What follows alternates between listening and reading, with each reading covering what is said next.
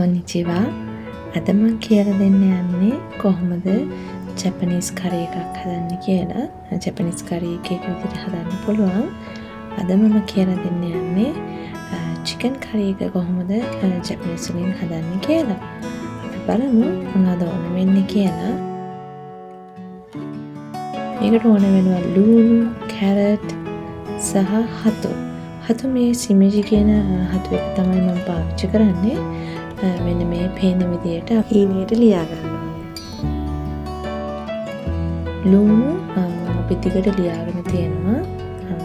Carrot අපි ටිකට කපලා තියෙන්නේ හීනියට. ඊට පස්සේ අපි බලමු මස් කොහොමද හදන්නේ කියලා. ඇත්තටම මේකට මම පාවිච්චි කරන්නේ අද චිකන් මොමොනිකු කියන එක.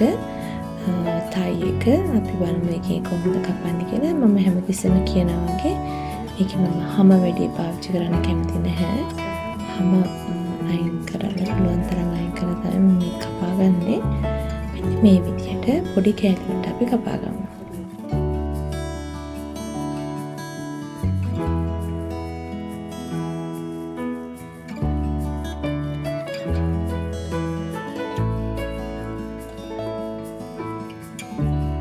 බලමු කොහොමද හදාගන්නේ කියලා. ඉස්සෙල්ලාම අපි වාදනය කරගෙන රත් කරලා ඒකට බටර් ප්‍රමාණයක් දාලා ඊට පස්සේ අපි ලුණු දානවා. ලුණු යාන්තම් බැදීගෙන එනකොට මේකට දාන්න ඕනේ මස් ටික දාලා ඊට පස්සේ තමයි අපි කැරට් එක දාගන්න ඕනේ.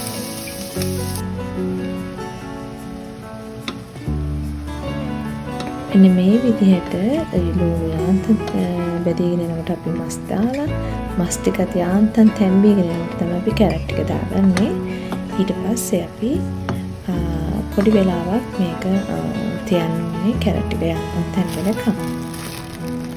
අන්තිමට අපි දාන්නේ මෂ්රූම් ටික මෙන්න මේ විදිහට දාලා ඊට පස්සේ අපි හොඳින් අනලා අපි ඒකට වතුර එකතු කරගන්නවා. වතුර ප්‍රමාණයත් මේක තැම්බෙන්න පුළුවන් ප්‍රමාණයට වතුර ටික දාගත්තාම ඇති. ඊට පස්සේ මම මේකට ලොරියේ කොළ දෙකක් දාගන්නවා. ඔයාලා ලොරියේ නැත්තම් බෙලී හරි කමක් නැහැ. කොළ දෙකක් මේකට දාගන්න. දාලා හොඳින් මේක අපි අනගන්නවා. ඊට මේක හොඳින් උතුරගෙන එනකොට අපි මේකට දානවා ටොමැටෝ පියුරේ මේ සහිත එකක්.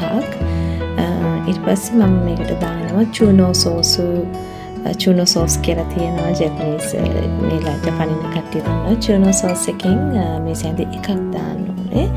දාලා අපි මේක හොඳින් කවලම් කරන්න ඕනේ.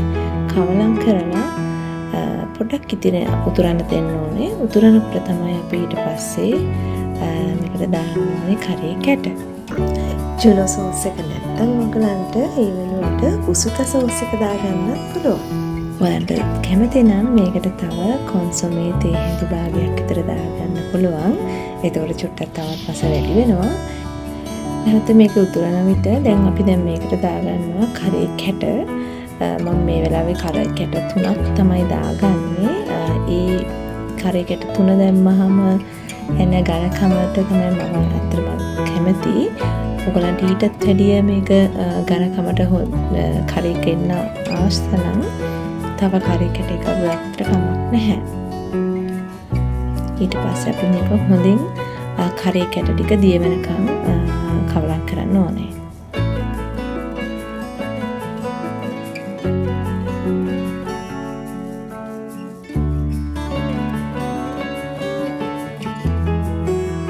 ඒක තමයි අපි පාවිච්චි කරන කරේ කැට වල වර්ගය අනුවත් ඝනකම වෙනස් වෙනවා. ඒ නිසා ඕලෝ කරේ කැට දෙකක් දාලා බලලා ඊපස්සේ එකක් ඝනකම මදි නම් තව එකක් දාලා ඒ වගේ පොඩ්ඩක් බලලා එකතු කරගන්න. හොඳින් උතුරගෙන ඝනකමට එනකොට අපි පොඩ්ඩක් ලුණු බලලා ලුණු මදි නම් ලුණු ටිකක් දාගන්න පුළුවන්. අපි මද ගින්දරේ විනාඩි 10ක් විතර කරේ කැට දැම්මට දිනුනාට පස්සේ මේක උයා ගන්න ඕනේ. දැන් ඕගලන්ට පේනවා නේද කරි එක ඝනකමට තියෙනවා. මෙන්න මේ ඝනකමට ඕගලන් කැමති නම් කරි එකට 3ක් දාන්න. මීට වැඩිය චුට්ටක් ඝනකමට කන්න කැමති නම් කරි එකට 4ක් දාන්න. ඉතින් මං හිතනවා ඔයගොල්ලොත් මේ විදිහට හදලා රස බලයි කියලා. මටත් එහෙනම් රස බලලා කියන්න. එහෙනම් ඊළඟ වීඩියෝ එකකින් හමු වෙනකන් සයනරා.